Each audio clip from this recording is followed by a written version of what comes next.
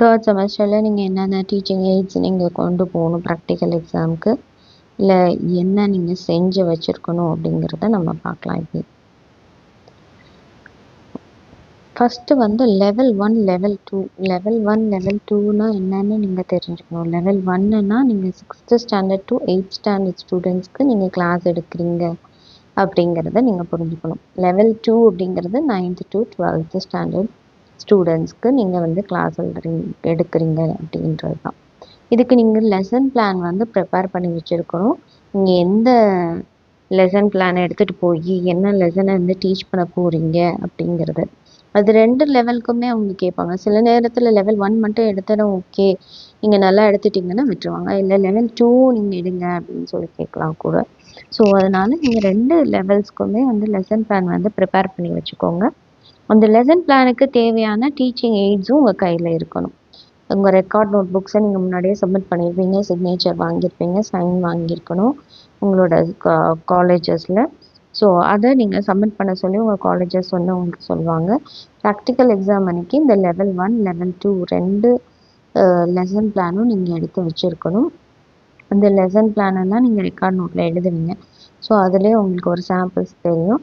இதில் என்னென்ன teaching AIDS உங்களுக்கு கண்டிப்பாக கேட்பாங்க இல்லை தெரியும் அப்படின்னா, சார்ட்டு இருக்கணும். சார்ட்லேயே அதில் ஃபுல் சார்ட் இருக்குது, ஹாஃப் சார்ட் இருக்குது.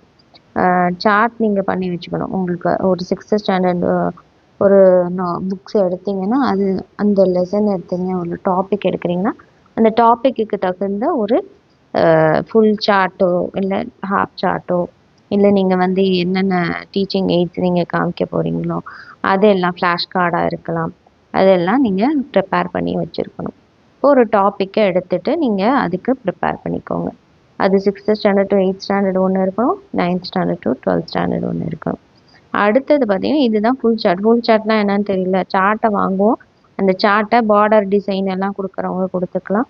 அதுக்குள்ளார ஒரு கான்செப்டை நீங்கள் கொண்டு வர போகிறீங்க. ஓகே, இது ஃபேக்டர்ஜி மெத்தட், இது குவாட்ரிலேட்ரல் டைப்ஸ் ஆஃப் குவாட்ரிலேட்ரல், இந்த மாதிரி ஒரு கான்செப்டை நீங்கள் கொண்டு வரீங்க. இதுதான் ஃபுல் சார்ட்டு. ஓகே, அந்த சார்ட்டை நீங்கள் ஹாஃபாக கட் பண்ணி அதில் என்னது ஒரு டாப்பிக்கை வந்து நீங்கள் கவர் பண்ணியிருக்கணும். இதில் ஆப்டிமைசேஷன்ற ஒரு டாப்பிக்கை வந்து கவர் பண்ணியிருக்காங்க. எல்லாமே மேத்தமேட்டிக்ஸ் பேஸ் பண்ணி நான் சொல்கிறேன்.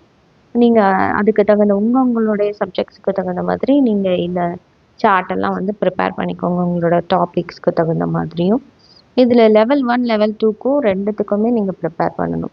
இப்போ நான் சொன்ன shorts, full short, half short, அதே மாதிரி மேட்சிங் போர்டு, இது எல்லாமே.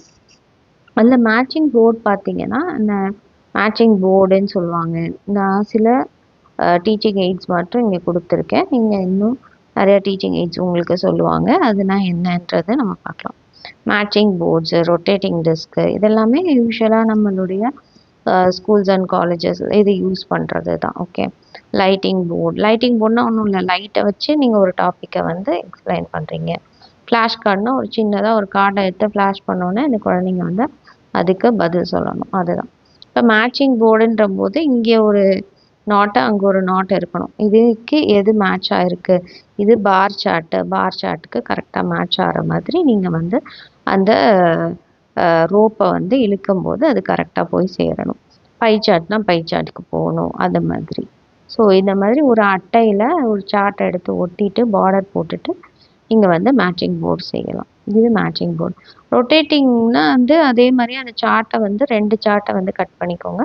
உள்ளுக்கு வந்து பார்த்தீங்கன்னா அதில் மேட்ச் ஆகிற மாதிரி நீங்கள் கான்செப்டை கொடுத்தீங்கன்னா அதை அப்படியே ரொட்டேட் பண்ணிங்கன்னா அது ரொட்டேட்டிங் போர்டு. இதெல்லாம் நம்ம சொல்லி பிள்ளைங்களுக்கு கொடுக்கும் போது வித்தியாசமான இதில் குழந்தைங்க வந்து கற்றுப்பாங்க அப்படிங்கிறது தான். இது லைட்டு நீங்கள் போச்சு நீங்கள் ஒரு கான்செப்டை சொல்லித்தரீங்க சார்ட்டில், நீங்கள் அவ்வளோதான். நீங்கள் எந்த மாதிரி லைட்ஸும் யூஸ் பண்ணலாம், எந்த மாதிரியான பல்ப்ஸ் வேணாலும் யூஸ் பண்ணி நீங்கள் வந்து அந்த குழந்தைங்களுக்கு சொல்லித்தரீங்க. அடுத்தது இது ஃப்ளாஷ் கார்டு. நீங்கள் ஒரு ஃப்ளாஷ் கார்டு பண்ணுறீங்க அப்படிங்கும்போது ஒரு ஐஸ்கிரீம் ஸ்டிக்கும் அதே மாதிரி ஒரு பேப்பரில் நீங்கள் வந்து வரைஞ்சி அதை அப்படியே கட் பண்ணி எடுத்துருக்கலாம். இது மாதிரி நீங்கள் நிறைய வந்து செய்யலாம். இதை காமிக்கும் போது அந்த குழந்தைங்க ஒரு ஷேப்ஸை கண்டுபிடிக்கலாம், நம்பர்ஸா அப்படிங்கிறத கண்டுபிடிக்கலாம். அதுதான் வந்து ஃப்ளாஷ் கார்ட்ஸு. அது சின்னதாகவும் இருக்கலாம், பெருசாகவும் இருக்கலாம்.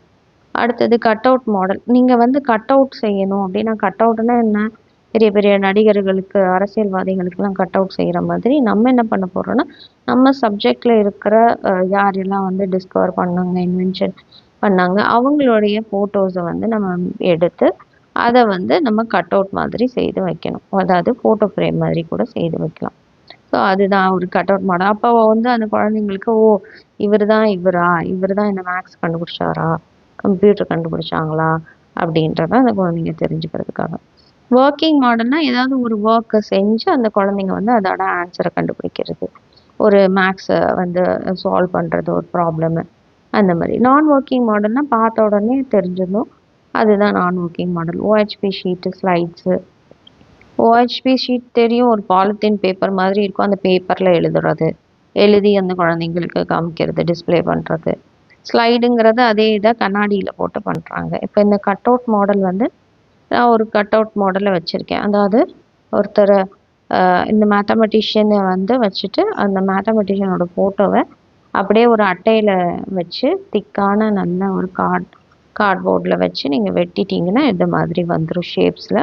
பின்னாடி ஒரு ஹோல்டு மாதிரி கொடுத்தீங்கன்னா அது வந்து ஃபோட்டோ ஃப்ரேம் மாதிரி நிற்கும்.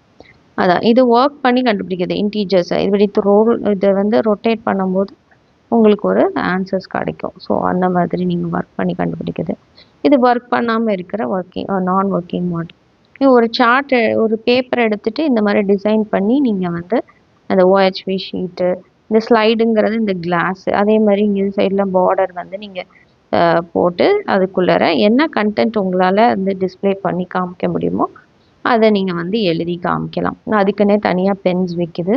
அந்த கிளாஸில் எழுதுறது, ஓஹெச்பி ஷீட்டில் எழுதுகிற பென்னு அப்படின்னு கேட்டிங்கன்னா அது விற்கும். ஸோ இந்த மாதிரி ஒரு சில இதை தான் நான் உங்களுக்கு காமிச்சிருக்கேன் இந்த டீச்சிங் எய்ட்ஸில். இன்னும் நிறைய டீச்சிங் எய்ட்ஸ் இருக்குது. இது எல்லாத்தையும் ஒன்று ஒன்றா